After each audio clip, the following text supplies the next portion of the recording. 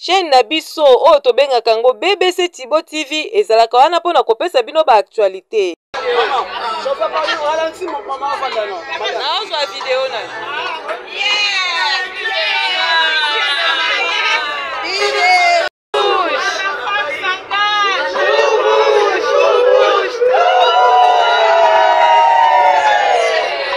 mama oyo bozali komona batondisami na esengo na baloyembo makasi boye ezali ba femme rurale oyo penza bazali ba leader basi ya makasi ya province ya Congo Central kobanda na Kazangulu kino koleka Mwanda. Donc ba mama oyo bozali komona bango basimba penza mosala ya bilanga ndenge kaka balobaka femme a représentaka 43% ya main d'œuvre agricole ye a produisaka a transformaka pe a lambaka, c'est-à-dire quoi tango ye aloni abuki abandi kolamba nyonso wana ezali kopesa un plus pour na développement rural ya mokili na biso. Lelo oyo tozali mokolo ya le 14 ba mama oyo bazali kozwa bis pona kolongwa na bisika kani oyo bazalaki basanganaki bango nyonso na ville province ya Kinshasa na agence Bodibantu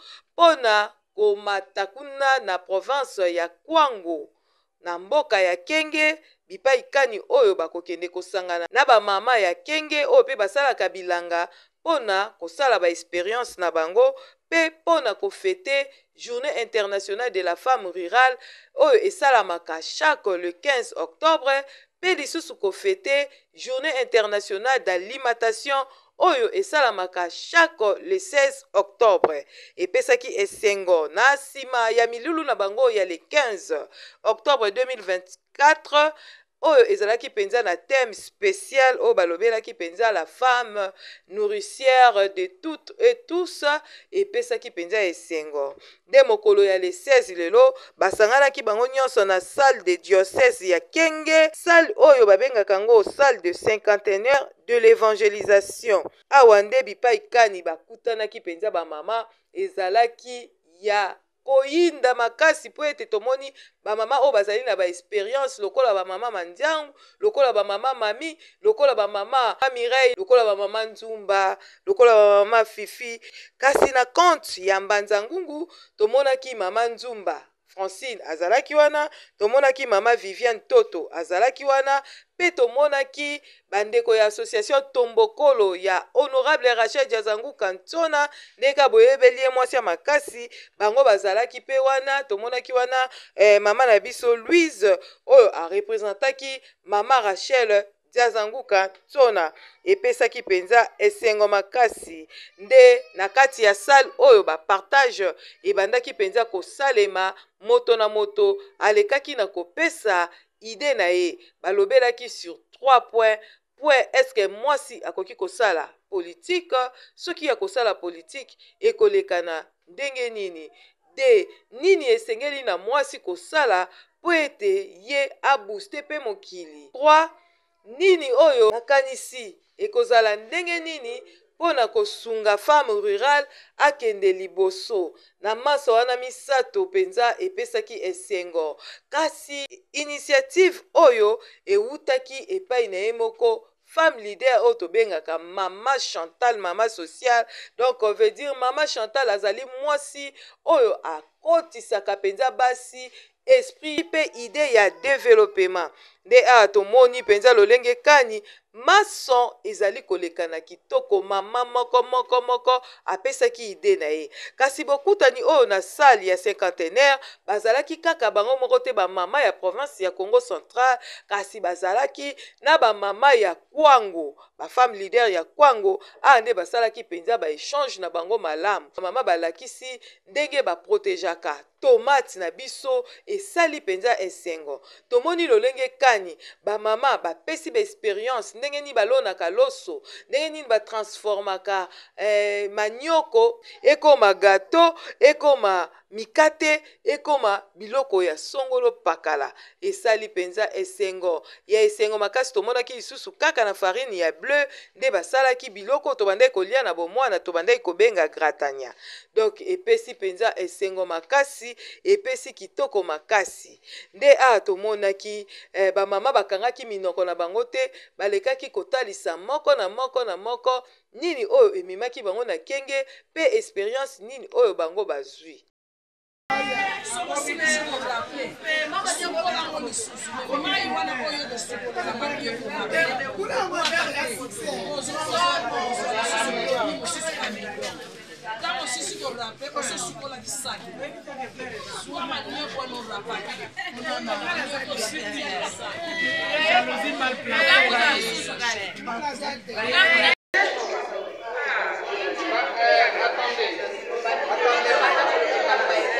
Qui filme ça? Tu pourras nous envoyer ça sur WhatsApp? Ok. Ba maman bobanga te bazo filmer botiaki ba numéro na bino o baza na WhatsApp pour tindela bino film. Merci beaucoup maman Bibi Chazo Katelanga ngana okotisa bomo la na okotisa mibimba donc oza tomate na okati yango ata en 6 morceaux tango ozokata yango ozokotisa mbala moko ozokota ba tomate na diferenza ba tomate na ya bien osukoli yango kitoko na zena na mai kuna na sukoli ba tomate na nga kitoko ozobeta boye po ba tomate vraiment il faut ekota ebele na kati okati otie ti tongo okoma ona suka na mulangi ya muke boye okotia juste 2 bouchons ya mungwa sokotie 2 bouchons ya mungwa c'est fini mais après 4 heures du temps efengeli na yo kofungola po mupepe il faut ebima omona ke mulangi ezofimba après 4 heures du temps lisusu nani akoyebisa biso toza heure nini na ngonga oyo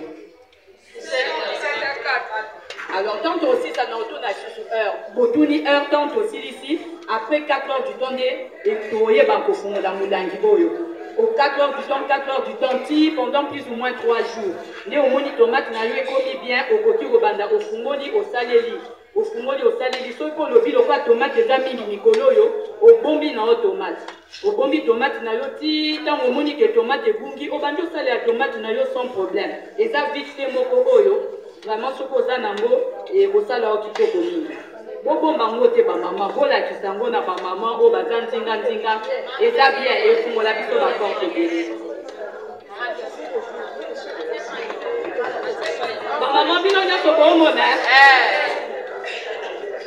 nasala onka na mulangi ka moko mpo na ngonga nde ndeko moko akende kosala ngo devoir à domicile na ndako numéro na nga mpe ekozala bokoki mpe kobenga mpo na oyeba ndenge ya kosala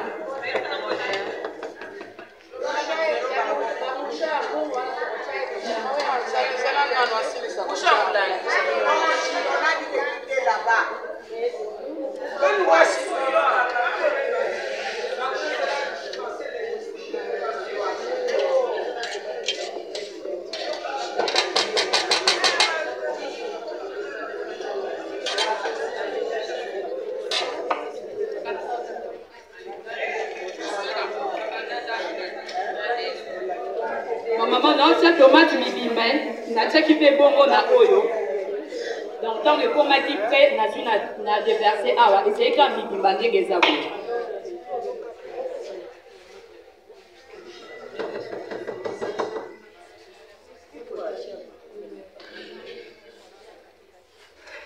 ntango osala tomate na yo ntango omona ofungola mpo mopepe bima omona lia mosusu tomate etika likolo mai etikali na se sangisaka ndeko kobanga te sangisaka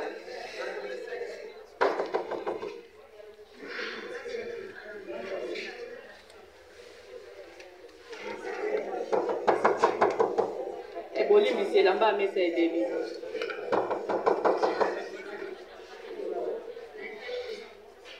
bamama ntozala na mposa koyekola ewuti na bino moko nalandi bien makambo lobi merci beaucoup biso toza bana maman mami ndenge alobi toza mpe bana oyo toza nsima ya maman Chantal azotika biso te bamama toyekola nga bomoni nga naza ndeko na bino nasomba asu savon bilamba te kaka na baformation nasalaka savon nga moko savon ya bilamba savon ya basani kisi ya ndako nga moko oye na toilette na nga parfum air nyonso chambre ekuti koloba te papa donc aza ya kosepela makasi nasala soumamousse, nasala bakerole, nasala créoline, nasala esprit de sel, nous sommes dans la formation autour sala. Makamba kito autour yekola, ba maman so ba bengi bino boyaka. Boyaka kolanda ba formation et ça très important. Pour au monde que même de point de vue économie et au sala bino kito komi.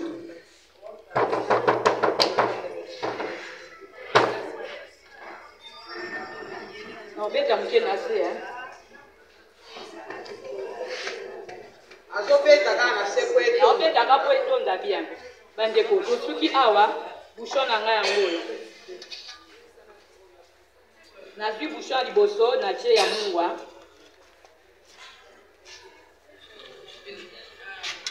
bouchon ya mibale ya mungwa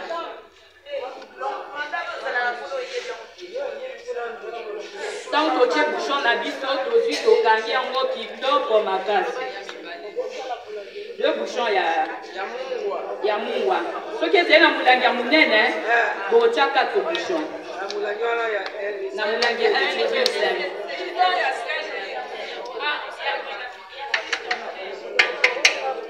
bamama tosilisi awa mungwa 2 bouchons otie likolo tekeka otie likolo boye après 4 heures du temps omona nyonso etiti bomona mpe molangi ekokoma awa ekoma awa mais kobosana te soki obosani kofungola après 4 heures du temps ekoexplose otina plafond respecte ndenge tosali mpe bomona ke résultat elima malamu bamama bobwaka su tomate te merci nanga eza 081 52 36 846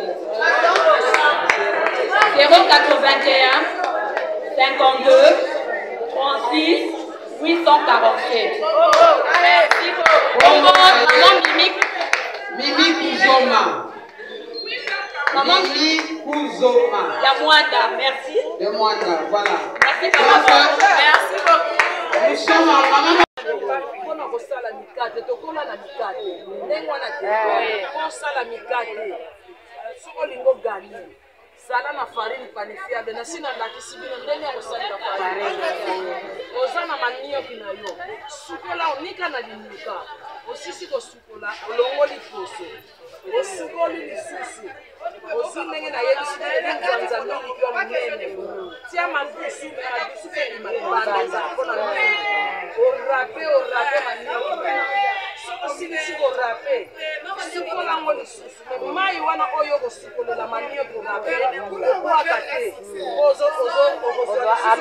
osisi amidon ntango osisi korape ososukolaki sake swa manioki wana orapaki manioki rape tia na saki wampelopango na sachet tia libanga komai nyonso ebeleki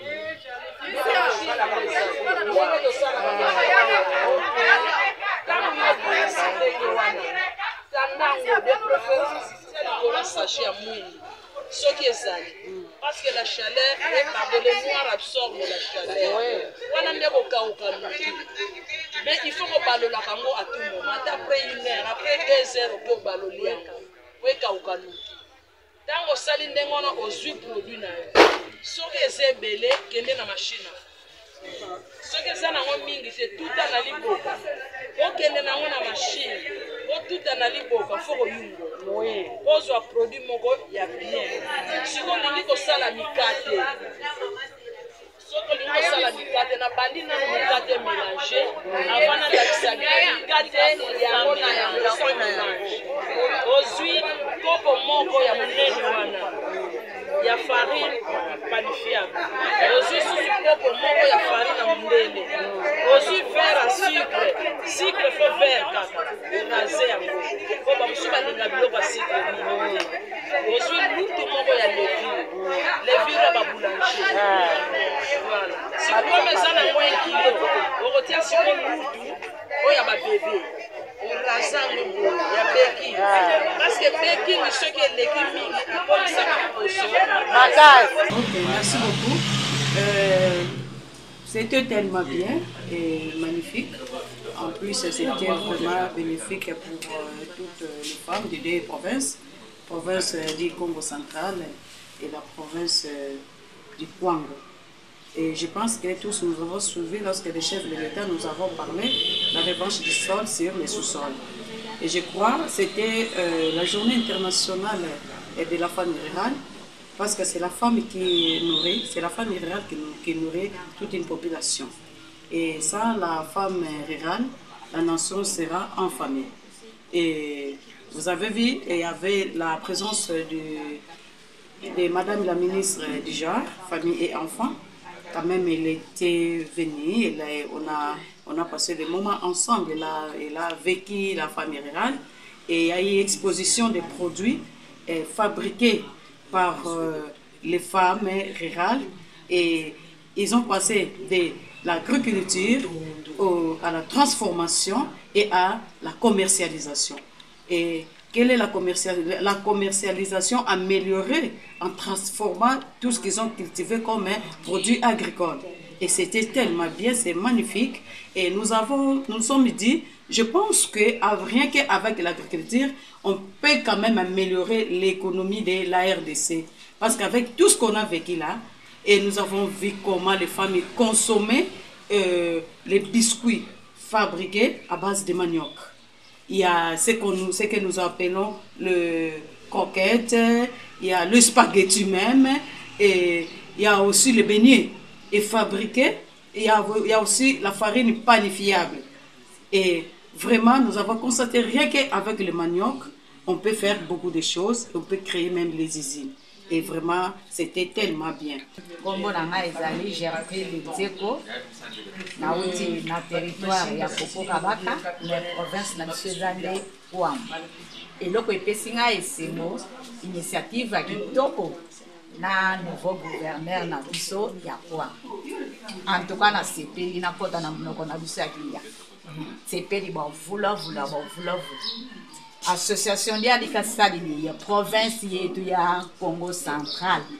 Mbala teti tukabuna tukalanga ko province ya kwangu batubonga bisi Congo Central batubonga batusangisa ye kwangu ketu heni laude kiesi po hene mambo betu ko kwangu tuzeimo wangu akatu bime bisalo belau kazei me munanzila banduku betu ba ku Congo Central hene bima tubaki belau hene mambo tumueni malau femme rurale ku kwangu kena nini pa bisalu biakulu bikafeti sala kaze mais à partir de Congo Central femme rurale au Congo Central watu songo nimebe kitoko watu préparer penza kuna watu feti tout préparer watu côté si formation ni watu feti kota après pe watu heni si pratique si feti sali à partir de bino tu mweni qui est que là où tu nieka ya utu talomba diako gouverneur wetu bokadi botsukoku bokali pi botitiku bokwamina museko wangu dienda utwala poko wangu jusque là bokata butuka bebeke katokala kakuma mama bosuke na Congo Central. Na ngai mama Annette Nsenga na uti na territoire ya Madimba na province ya Congo Central. Toye awa pona ko célébrer journée mondiale de la femme rurale. Ngana za awa comme représentante ya femme rurale ya territoire ya Madimba.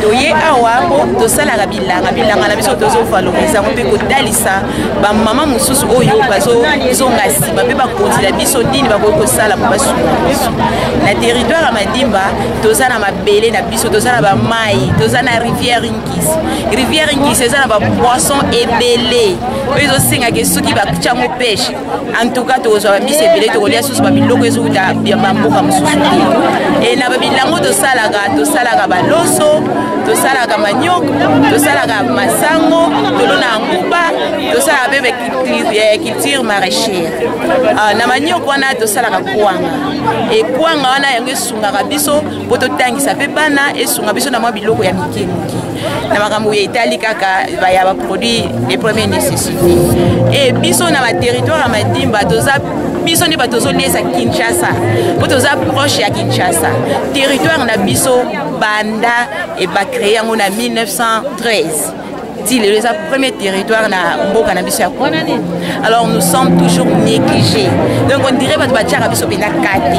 Ya mwana de l'autre lingi ba konti ba tela biso na ba baisi nyonso tozana. Tozana mabele, tozana nyonso, mais tozo nyoko ma ba mamba nyoko ma pona ni ba nyoko ma. Ba mabele nyonso ba so teka.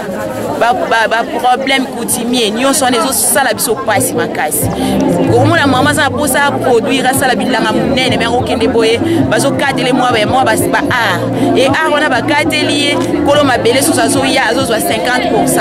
Et la 50% tokoka s'en sortir ndenge nini et à part wana échange kutu nde toza boye fondation Michael Lukoki yango nde ezosunga biso etalaki bacomité na bavillage nyonso basali bacomité local ya développement mpe batieli biso batechnicien mpo balandela biso bamama eloko ezosunga biso nde ya mwana yango tozosenga na l'état congolais asunga biso na basemence mpo toza so na semence ya malunga te baboutir toza nango ekomi ya kala toza na forme na posa ya boutir amélioré toza na posa ya baformation ebele bateli ebele na makambo etali bilanga toza mpe na posa ya basunga bapesa biso appui financier mpo tozwaka financement te lelo soki tokómi ozwa financement tokokosala batransformation na oyo toyebi mpona linioko tozobimisa kwanga tozobimisa fufu tozobimisa amidon tozosala spaghetti tozosala nani chips kaka na linioko omoni ke linioko eza na valeur makasi yango susi na biso eza nde wana bavalorize biso bafemme rurale ya madimwa loso ndenge ezalaka na nzete ona ekoli te soki ekoli semence na biso ya ngolo totekaka mpe semence na biso na bakilo tosalaka mpe aubergine oyo chupome musala bamama mikondi bosunga biso bamama ya madimba bosunga biso bamama ya madimba yango eza produit na organisation VIP en collaboration na société service international Demas. Awa touti na toyaki na Kinshasa toyekenge na minuto toza na na Bukangalonji. Awa peut-être na mama ministre awa mpona tosona na ministre naye na compte ya mama honorable ya Zamou Bansona Rachel donc toye na compte ya ONG ya mama Rachel ya Zamou Bansona honorable toye na compte ya onani tombokolo ONG na ye tombokolo yango biso toya kuza na mama awa toye tosona na mama ya ce problème etali soutien po biso mwana na ONG na biso tombokolo tosalaka nyonso ya mama Rachel tosalaka nyonso tosalaka manyoko bilanga tukanga mapena sungaka biso mama tonda bolingo sanye biso mawana RDC oyo sanye biso pasi yende mutasungaka biso na bilanga na biso mama bilanga eza munene fona loba vuma na yebi te soki bakome de tar vraiment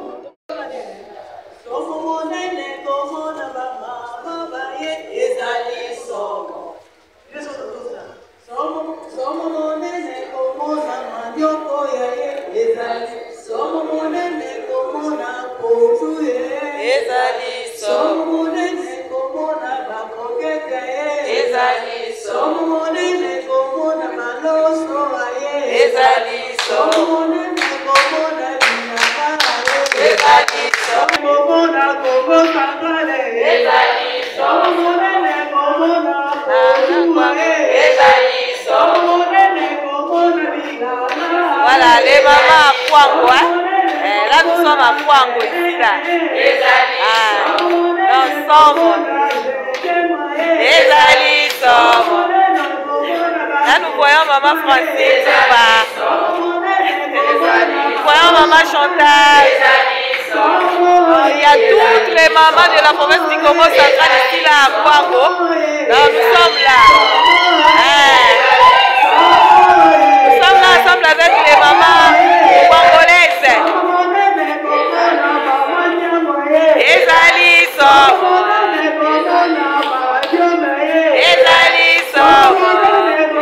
Maman Rachel, biso akaboy.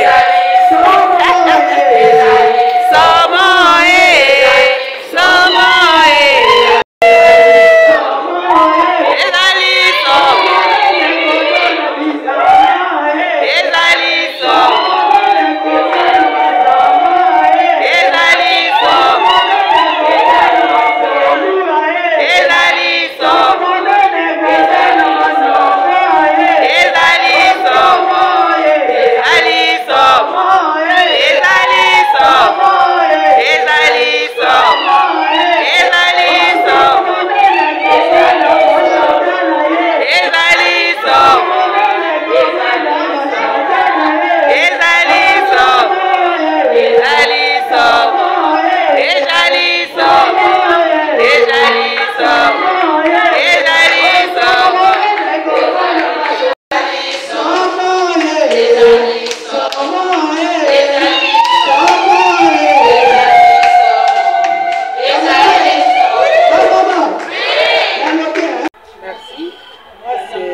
José Mandia Mukandomba, nauti na Congo Central, nazalaka PCA ya Cetrapal, Centre de transformation des produits agroalimentaires locaux, naza pe présidente ya ONG de le 20 de mars.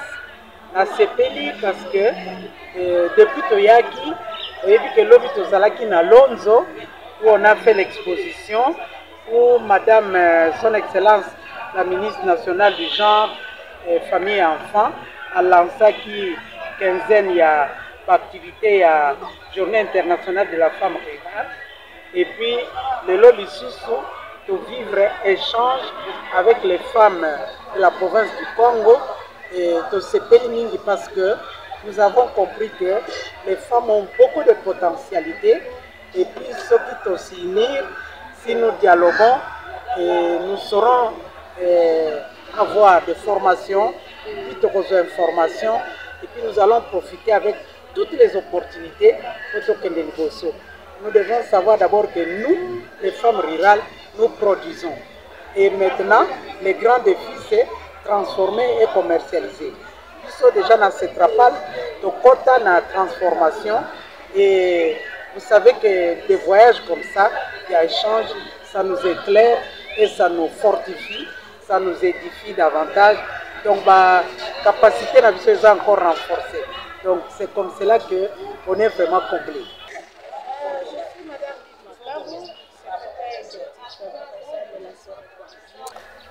Je suis venue ici, ce n'est pas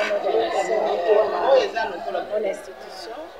Je suis venue en tant que femme dynamique du Congo. Nous avons été comme femme dynamique parce que nous avons ici au Congo une structure dénommée Femme dynamique du Congo dont nous faisons partie.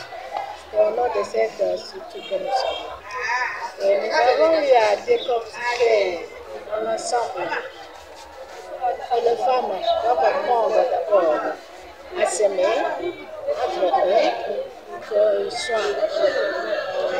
qu'ils aient tous une même vision pour ce qu'elles veulent faire, afin qu'ils puissent réussir à une réussite.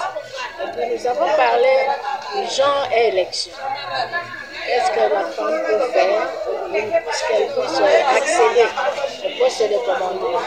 Et lorsqu'elle va postuler, qu'est-ce qu'elle peut faire? Nous leur aider pour qu'elle puisse connaître qu'est-ce qu'elle peut faire pour qu'elle postule et quelles sont les conditions à remplir pour que dès lors qu'elle sera sur le terrain, pour que son électorat puisse. Nous sommes venus d'abord en solidarité et en fraternité avec nos sœurs de la province du Congo, célébrer autour de la ministre nationale la journée internationale de la femme rurale.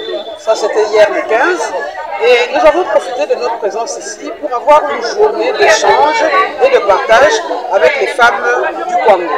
C'était une très belle journée que nous avons passée ensemble depuis, je pense, midi jusqu'à là, 18h pratiquement. Nous avons échangé notamment autour de 3 thématiques. La première thématique, c'est comment consolider la solidarité entre femmes. Comment consolider la solidarité entre femmes? Nous avons écouté Madame Mandiangou qui nous a dit tout ce qui peut favoriser la consolidation dont on parle et qu'est-ce qui peut justement la détruire. Donc les femmes se sont observées, ont vu qu'elles ont besoin de travailler sur elles-mêmes et sur la société pour que cette consolidation soit réelle. Ensuite, nous avons parlé de la participation politique de la femme. Nous avons réfléchi sur le fait pourquoi les femmes ne votent-elles pas pour les femmes. Parce que si cela se faisait, la femme serait effectivement élue pratiquement dans toutes nos circonscriptions électorales. Et là également, nous avons fait une introspection pour nous rendre compte qu'il y avait plusieurs régions que nous avons évoquées ici. Nous avons eu la chance d'avoir parmi nous des femmes élues, mais aussi la secrétaire exécutive de la CENI du Congo. Donc elle a pu donner aux femmes effectivement sa lecture sur cette question. Nous avons chuté dans la journée dans l'autonomisation de la femme parce que vous savez que justement parmi les questions qui accablent énormément la femme, c'est la pauvreté. Et il est aujourd'hui compris que la femme est une grande travailleuse, mais généralement une travailleuse dans l'informel. Il faut que nous lui apprenions à devenir formel et à aller également dans la valorisation des produits agricoles, surtout quels produits, excusez-moi la tautologie, dans nos différentes contrées. Nous nous sommes rendus compte qu'il y a beaucoup de similitudes entre toutes les femmes du Congo central, les femmes rurales surtout, du Congo central et du Congo. Il y a beaucoup de choses que nous pouvons faire ensemble.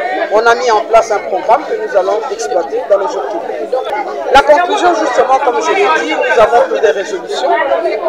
Par exemple, en ce qui concerne la consolidation de la fraternité entre femmes, j'aime bien un mot qui existe aujourd'hui, la sororité. Pour consolider cela, il faut qu'il y ait beaucoup de sensibilisation, beaucoup de communication, pour que justement nous puissions nous rendre compte de ce qui nous fragilise dans cet élément. Il y a une idée du gouverneur de province du Congo que nous avons adoptée, c'est-à-dire avoir des radios locales, des radios vraiment très locales, dans lesquelles il y aura des émissions qui vont passer pour pousser la femme à mieux se connaître, à mieux s'améliorer dans différents domaines. Et je pense que cette communication va nous aider effectivement à améliorer les choses. De deux, nous avons convenu que nous devons déjà préparer les élections prochaines dès maintenant. Et maintenant, bien entendu, il y a des sensibilisations, il y a des préparations, il y a différentes recommandations que nous avons mises sur pied qui concernent la préparation aux élections, qui concernent également il y a aussi des recommandations politiques.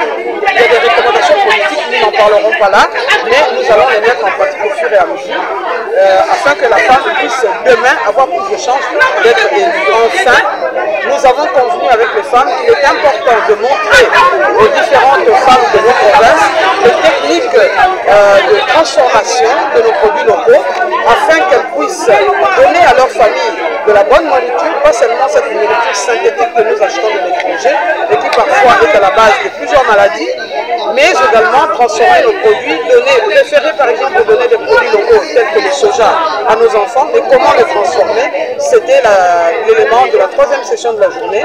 Et les femmes ont à la fin appris notamment à conserver la tomate. C'était un travail pratique, conserver la tomate pendant plus d'une année, parce que vous savez que ce sont des produits qui produisent énormément lorsque nous sommes pendant la récolte. Voilà, donc c'est vraiment un résumé de ce que nous avons fait de conclure. Je suis Daniel Gabriel de Saint-Paul. En fait, la première, je crois que c'est la nécessité de bâtir sur l'existence. Moi, je parle de l'existence, ça signifie quoi? Que l'on parle de la solidarité entre femmes, je crois qu'elle existe. Elle existe parce que nous nous mobilisons autour des événements sociaux, des deuils, autour des mariages, autour des cérémonies de baptême, les femmes se mobilisent. Et nous, ce sont de marquer notre solidarité. Et il est tout à fait important. Et la solidarité qui accompagne l'accessoire, puisque le mariage, le baptême, les deuils, c'est pas ça l'important. Mais c'est la vie au quotidien qui semble être important, parce qu'on s'occupe plus des vivants que des morts, que des cérémonies qui soient tout à fait factuelles. Nous devons capitaliser notre solidarité légendaire et en faire un socle pour notre développement individuel et collectif. Ça, c'est le premier aspect. Le deuxième aspect, c'est la nécessité de rendre la voix des femmes utile. Nous ne pouvons pas parler femmes si les femmes ne sont pas utiles. La nécessité que les femmes comprennent. Donc, quand nous sommes ensemble, nous devenons une force. C'est notre pouvoir de mieux entendre que si nous sommes une ou un petit groupe à côté, là en fait, on ne peut pas imposer notre voix dans la société. Merci beaucoup, maman journaliste. Nous avons laissé un livre nous avons laissé un livre pour la journée internationale de la femme rurale. Depuis que nous avons eu Bukanga Lonzo, nous avons eu Kenge. Vraiment, nous avons eu Onjen Tombokolo, maman Rachel Zanguka. Toyaki po nsona da Zanguka Rachel, toyaki po na ye, tsona ye komona bamboka oyo. Grâce ya maman ngai, maman Rachel nsona da Zanguka. Maman oyo, maman tona motema bolingo. Ye komona bamboka na kana kite.